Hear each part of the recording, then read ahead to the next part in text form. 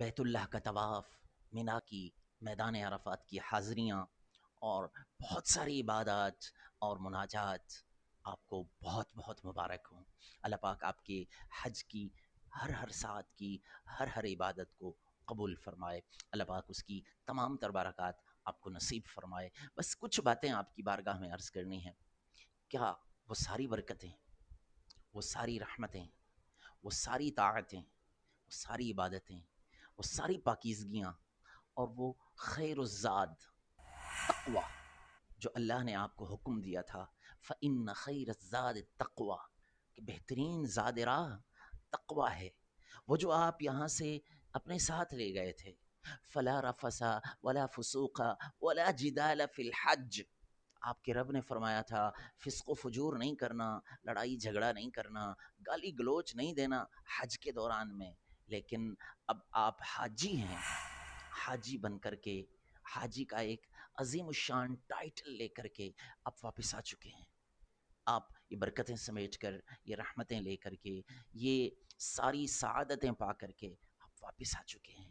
کیا اب آپ کا کردار، آپ کا رویہ، آپ کے اخلاق، آپ کا انداز و اطوار، آپ کا اسلوب حیات، آپ کا لائف سٹائل، کیا کچھ تبدیل ہوا پہلے سے؟ اب میں کوئی تبدیلی ہے یا ویسے ہی ہیں جیسے آپ نے اپنا لباس اتارا تھا اور 2 سفید چادریں پہنی تھیں اور لبیک اللہم لبیک کی صدائیں لگائی تھیں؟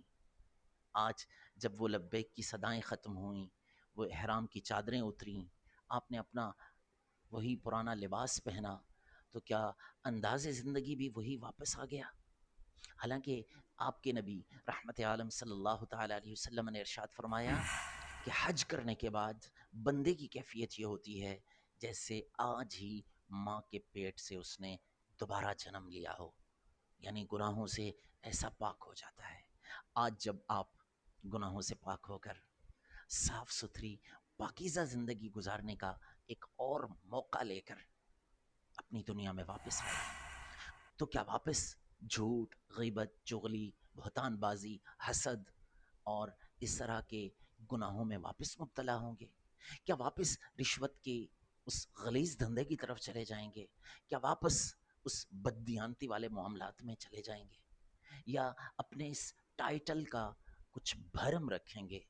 یاد رکھیں، کسی محفل میں ہوں، آپ کسی خاندان میں ہوں، آپ کے اخلاق سے، آپ کے انداز سے، آپ کے اسلوب حیات سے، آپ کے اٹھنے بیٹھنے کے اور بات کرنے کے سٹائل سے لوگوں کو پتہ چلنا چاہیے یہ وہ بندہ ہے جو حج کی سعادت پا چکا ہے، یہ وہ بندہ ہے جو رمی جمرات کر چکا ہے، یہ شیطان کو کنکریاں مار کے آ گیا ہے اور شیطان کو کہہ کے آ گیا ہے اب میں اپنی دنیا میں واپس تو جا رہا ہوں لیکن تیری نہیں مانوں گا۔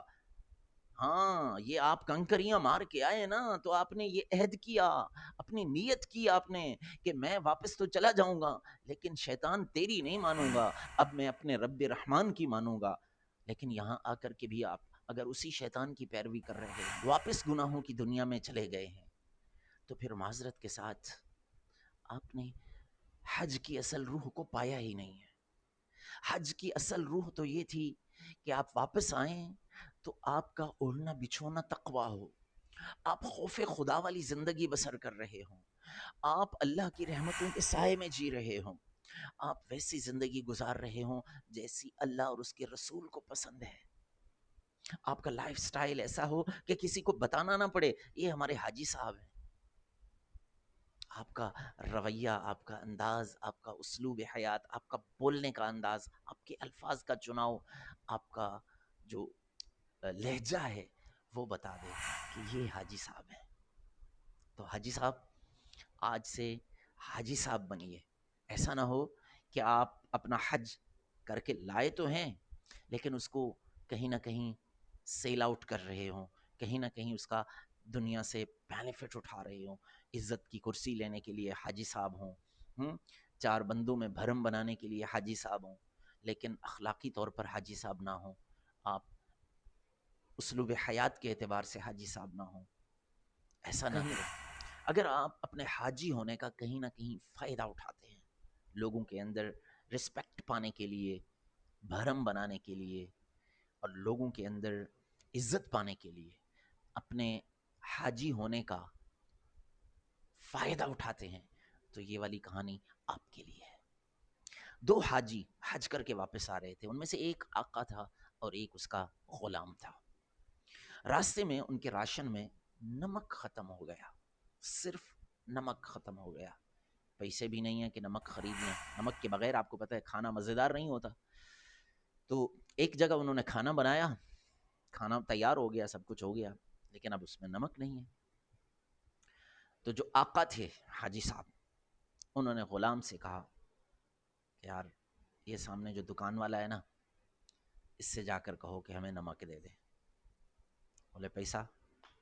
بولے تم جا کے کہو پیسہ تو ہمارے پاس ہے کوئی نہیں، ایسا ہے کہ ہم جو ہے نا حج کر کے آ رہے ہیں، مسافر ہیں، اور اللہ کی راہ کے مسافر ہیں، حاجی ہیں، تو آپ جو ہے نا ہمیں نمک دے دیں، بغیر پیسوں کے دے دیں۔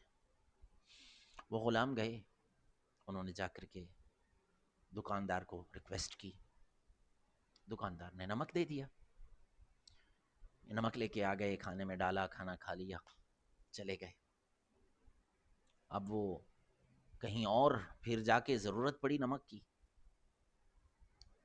تو حاجی صاحب نے، آقا نے پھر غلام سے کہا کہ جاؤ آج اس دکاندار سے تھوڑا سا نمک لے کے آؤ، ان کو بتاؤ کہ ہم حاجی ہیں، حج کر کے آ رہے ہیں، اللہ کے گھر کی زیارت کر کے آ رہے ہیں۔ غلام چلا گیا اور دکاندار سے نمک لے کے واپس آ گیا، کھانے میں ڈالا، کھانا کھا لیا، چلے گئے۔ اب تیسری جگہ جب ضرورت پڑی نمک کی، تو آقا نے پھر غلام سے کہا اب جاؤ اس دکاندار سے نمک لے کے آؤ۔ اب غلام نے ایک بات کہی آقا سے، اس نے کہا حضور والا، پہلی دکان پر میں نے آپ کا حج بیچا اور نمک لے آیا، دوسری دکان پر میں نے اپنا حج بیچا اور نمک لے آیا، آج اس دکان پر بیچنے کے لیے تو میرے پاس کچھ نہیں ہے، اس دکان پر بیچنے کے لیے میرے پاس کچھ نہیں ہے، آج کس چیز کے بدلے میں نمک لے کے آؤں؟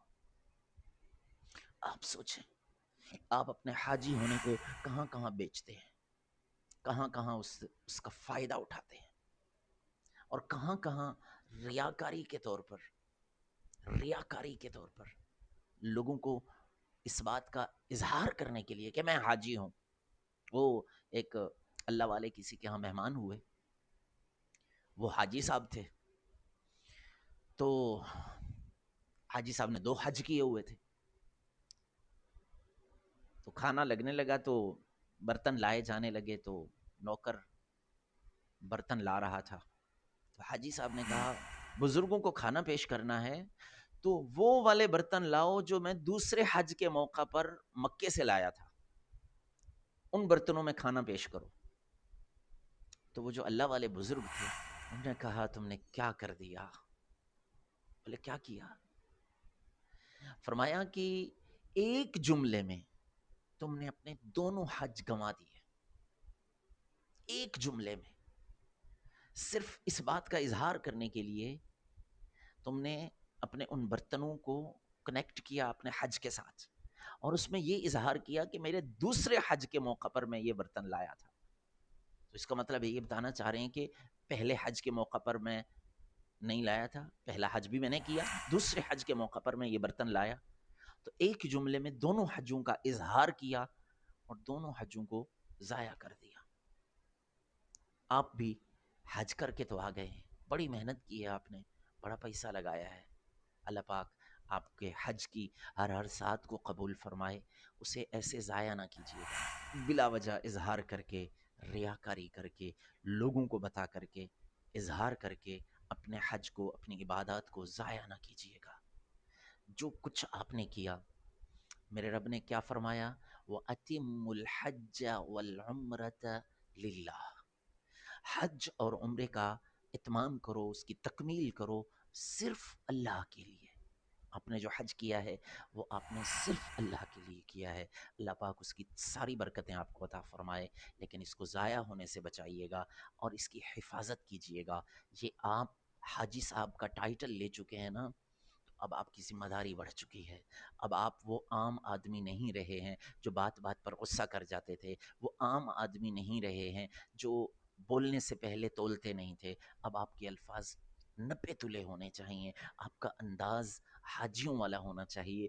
ہر وقت آپ کو مینا اور عرفات کے اندر کی وہ مناجات یاد آنی چاہیے، اور بیت اللہ کا طواف نظر آنا چاہیے، اور وہاں کی گڑ گڑا کر کی جانے والی دعائیں نظر آنی چاہیے، اور محبوب کریم صلی اللہ تعالیٰ علیہ وسلم کے روضہ اطہر پر جو حاضری آپ کی تھی، عشق رسول میں ڈوب کر روتے بلکتے ہوئے جو حاضری تھی، وہ آپ کو یاد ہونی چاہیے۔ اس پورے عشق کے اندر ڈوب کر اب آپ نے زندگی گزارنی ہے۔ اب آپ گناہوں کی طرف لوٹ کے نہیں جائیں گے، اب آپ غیبتوں، چغلیوں، بہتان بازیوں کی طرف لوٹ کے نہیں جائیں گے۔ آپ حاجی صاحب ہیں، اب آپ کو ہمیشہ زندگی بھر حاجی صاحب ہی رہنا ہے۔ اللہ پاک ہم سب کو اس حج کی ساری برکتیں نصیب فرمائے۔ اللہ پاک ہم سب کو بھی جن جو ہمیں سن رہے ہیں اور اب تک حج کی سعادت نہیں پائی ہے، مجھ سمیت اللہ سونا ہم سب کو حج بیت اللہ کی سعادت نصیب فرمائے۔ السلام علیکم ورحمۃ اللہ۔